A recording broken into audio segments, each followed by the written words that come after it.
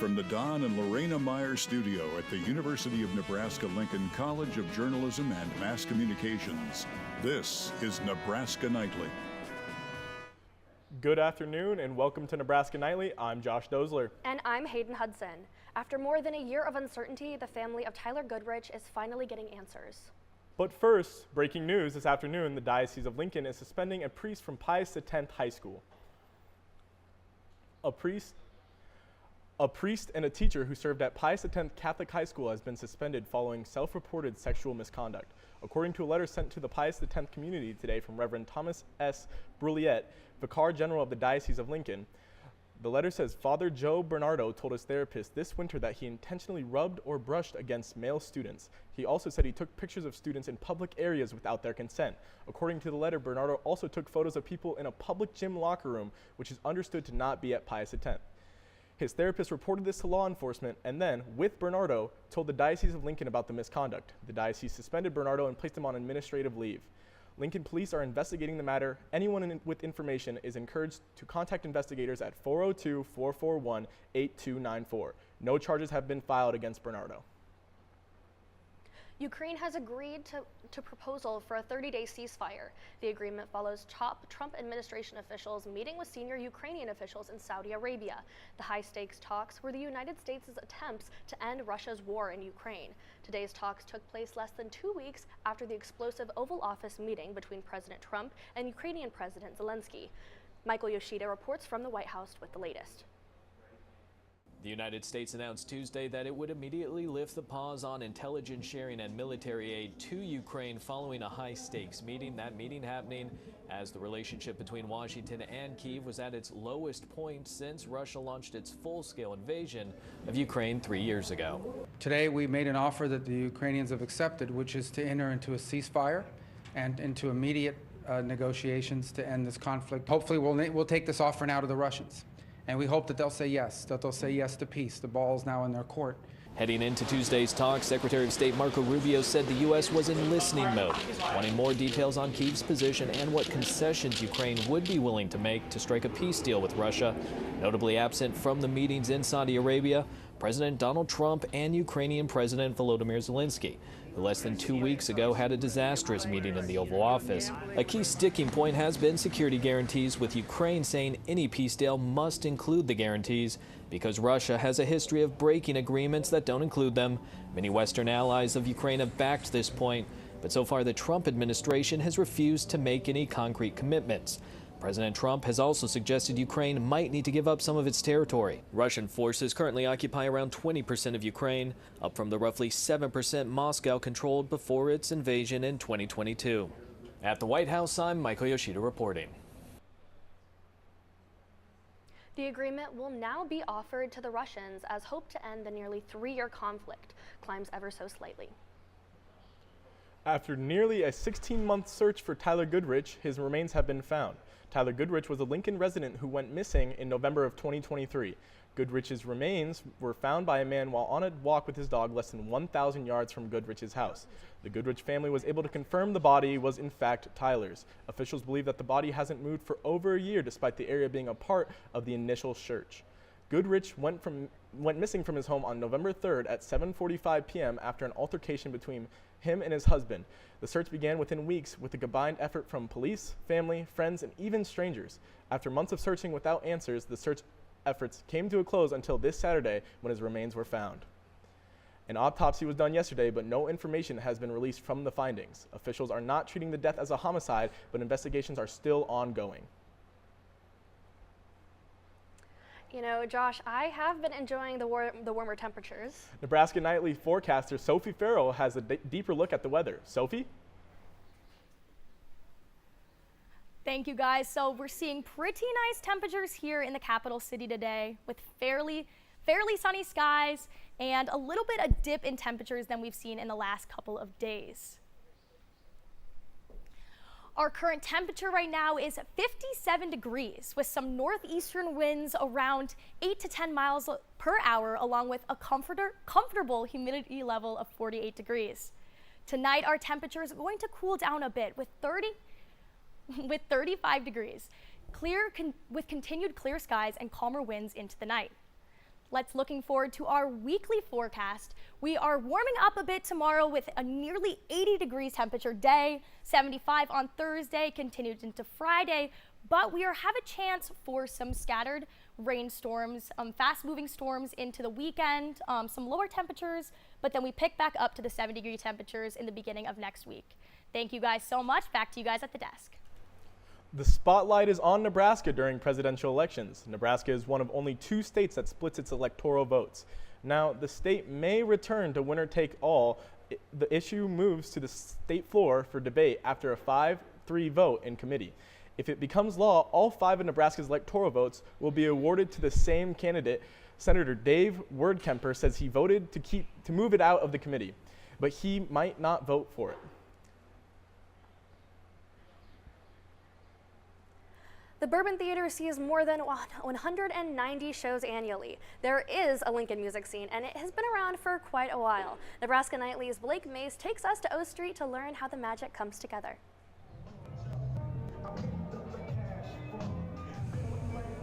Within a couple of blocks of each other reside the 1867 bar, Bodega's Alley, Duffy's Tavern, the Zoo Bar, and the cornerstone of the downtown music scene, the Bourbon Theater. The man they call Duff says it's the fans and the bands that make it happen. When you tell somebody that isn't on the pulse that there's 122 original good bands, all from Lincoln, performing on a festival, a lot of people are shocked. Like, there's no way there's that many original, decent bands in Lincoln. There absolutely are. Andrea Fabiano has been booking acts at the Bourbon Theater for more than a decade. And so we develop a rapport with agents and agencies, and then they feed us shows from their clients. Basically, they plan out their routes across the U.S., and we hope to be a part of it. Duff also explains when it comes to booking talents, it is as simple as trying to find something cool, new, exciting, and that has good energy. I spend a lot of time going to other venues and walking in blind to what I'm going to see. They both agree while some genres are trendier than others, country and active rock are the most popular. Before taking an inexpensive road trip hours away, you can find a great atmosphere and music experience right here in your own backyard. And as Duff would tell you, it's the Lincoln fans and bands that come together to strike that magical chord. Blake Mace, Nebraska Nightly. At UNL, sports brings the community together. As one of the most passionate fan bases in college athletics, fans rally behind the Cornhuskers. But as Nebraska Nightly's Emma Liberta reports, for some athletes, access to sports isn't always easy. That's where UNL Unified steps in.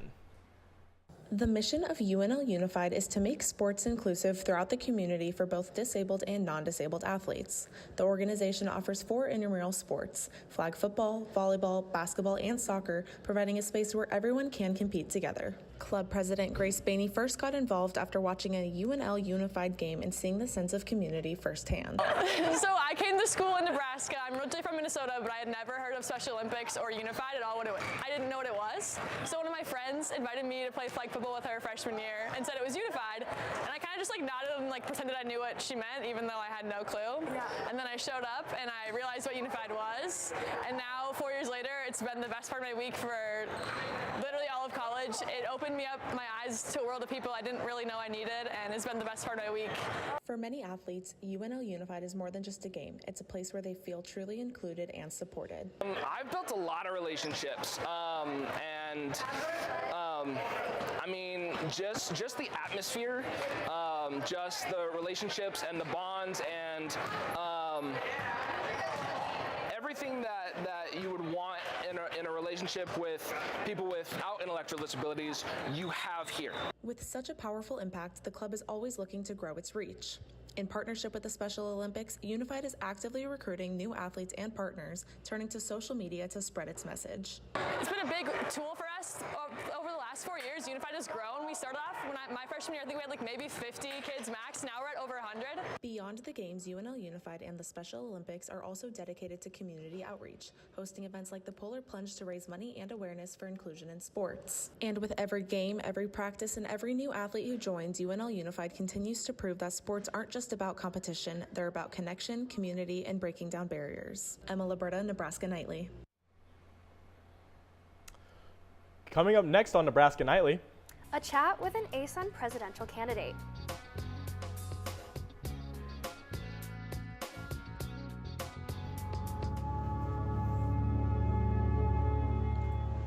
Social media is a daily part of many college students' lives, something we've become used to, but it can also be overwhelming and draining. Studies show that taking regular breaks from social media reduces stress and improves mental health. Too much screen time has been proven to increase anxiety, while stepping away helps you reconnect with the world around you.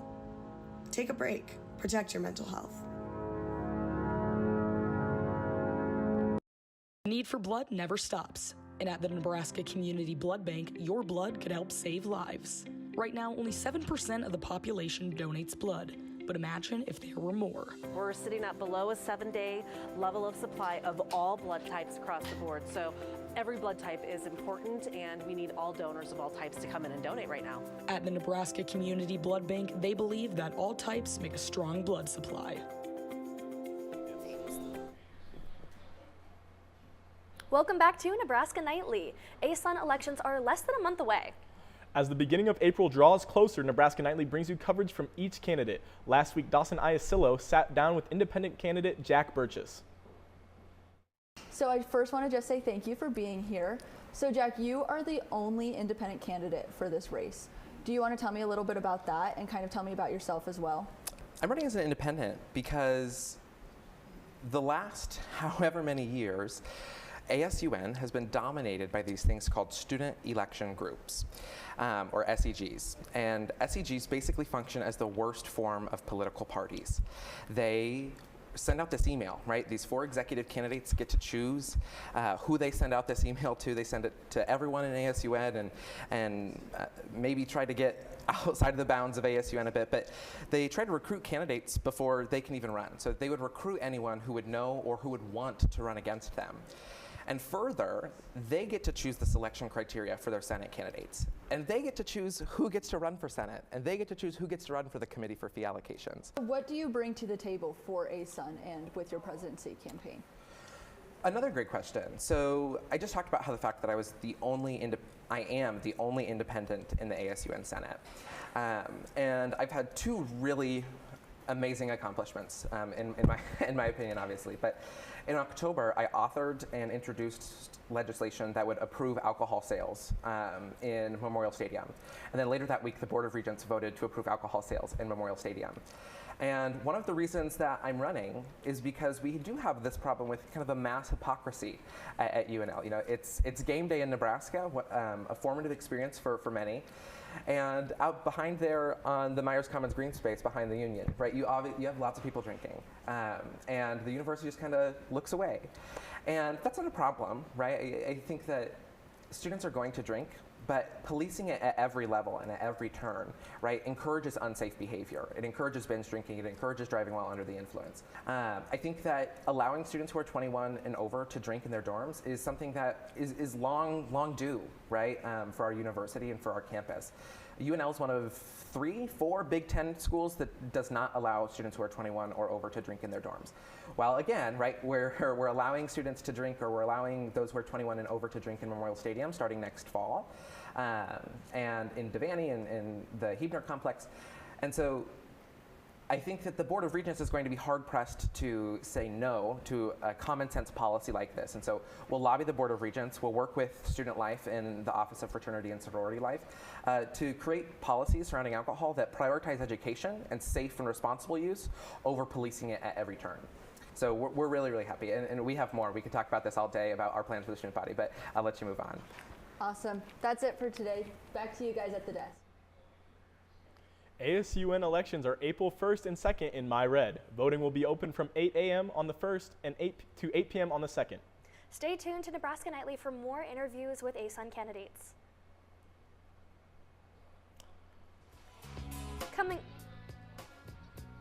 Coming up.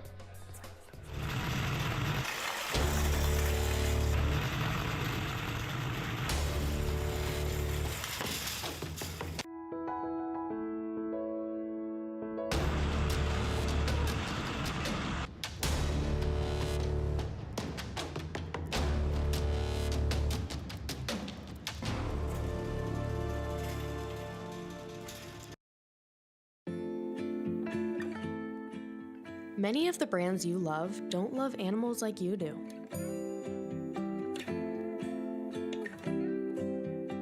Look at the labels of products you use for a bunny logo signifying they don't lab test on animals.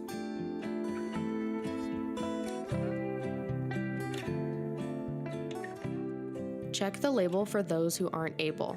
Start making the shift by visiting crueltyfreekitty.com today. Okay, so how about this much? I don't know. Well, how about this much? I don't know. How about... Actually, I don't know. Okay, maybe this much? I don't know. The very tip of your pencil, a fraction of a raindrop. 3 grains of salt. That's how much it takes for a dose of fentanyl to become lethal. Learn more. Thank you for joining us for our Nebraska Nightly Sports Report. Another day, another heartbreaking loss to Iowa. This time it's basketball. Nebraska faced off Iowa this Sunday in a pivotal game for Nebraska. The Huskers lost this must-win game 68-83, and it was clear to see why, as they shot under 35% from the field. While it is a somber time for Nebraska ball fans, there is some light. Senior Bryce Williams was named to the All-Big Ten first team. Williams is the first player from Nebraska to be given this honor since 2018. Moving forward, we haven't heard from our beloved Matt Rule as of recent, but guess what? He's back. Hear what Coach Rule had to say this morning about Nebraska's new special team coach, Mike Eckler, who has been part of the many changes that Nebraska football team has seen this offseason. And he's one of the best teachers. At the end of the day, the stats he's had at Tennessee speak for themselves. The way he does it, the repetition, the commands, the way the guys answer back to him, I think those players would do his technique at a really high level. We can learn more about what Eckler is cooking up from the players at the Nebraska Spring Games on April 26th. Nebraska softball killed it this weekend at the Big Red Spring Fling in Lincoln. The team went undefeated, beating Northern Iowa, Northern Colorado, and South Dakota State. This leaves them being 19-6 on the season and being ranked 21st. Lastly, Husker baseball will play against Wichita State here in Lincoln tonight at 6. This will be the first of the 2-game series between the two teams, as the Huskers hope to improve their 5-8 record. That's all I got tonight for spring sports. I'll swing it back to you guys at the desk. Spring is just around the corner. But if you're one of the millions of Americans who suffer from seasonal allergies, you may be dreading this time of year. In today's Health Minute, Mandy Gathered talks to an allergist about what to do to prepare for spring allergies. It's that time of year again. The flowers, the sun, the pollen. If you wait until you start to have symptoms, those allergy cells are already starting to get unhappy. That's why allergist Dr. Christopher Brooks with the Ohio State University Wexner Medical Center says if you're one of the millions who suffer from spring allergies, prepare now to lessen and even prevent some symptoms before they get out of control. He says to begin using sprays. Saline can help clear the nasal passages, and a steroid nasal spray can help reduce inflammation. Some of the generics are things like fluticasone or mometasone. So starting 1 or 2 sprays per nostril every day, a week before symptoms start, will be a great place to start. If sprays aren't for you, Brooks says to start a long-acting antihistamine pill before symptoms start. And once pollen is in the air, check pollen forecasts, limit outdoor time at peak pollen time, continue taking allergy medications, especially ones prescribed to you, and practice good hygiene like washing hands and showering after being outside. If they're keeping you from sleeping, they're keeping you from, living your fullest quality of life, I think it's a great idea to talk to your doctor, with your primary care doctor or allergist, to look for next steps to help you make you feel better. For Health Minute, I'm Mandy Gaither. The CDC says to lessen the impact of seasonal allergies by changing clothes after being outdoors, keeping windows closed, and using high-efficiency air filters in your home. After a slight cool down today, Nebraska weather is finally ready for spring break. Nebraska Nightly forecaster Sophie Farrell returns to preview the rest of our week. Thank you guys so much. So don't get too used to the 80-degree temperatures that we will be feeling tomorrow, because we might dip back down into the 50s and 40s for the weekend. Be expecting some scattered rainstorms and thunderstorms on Friday, but we will be nicer back into the beginning of next week. Thank you guys so much. Back to you guys at the desk. Thank you for watching Nebraska Nightly. We'll see you this Friday.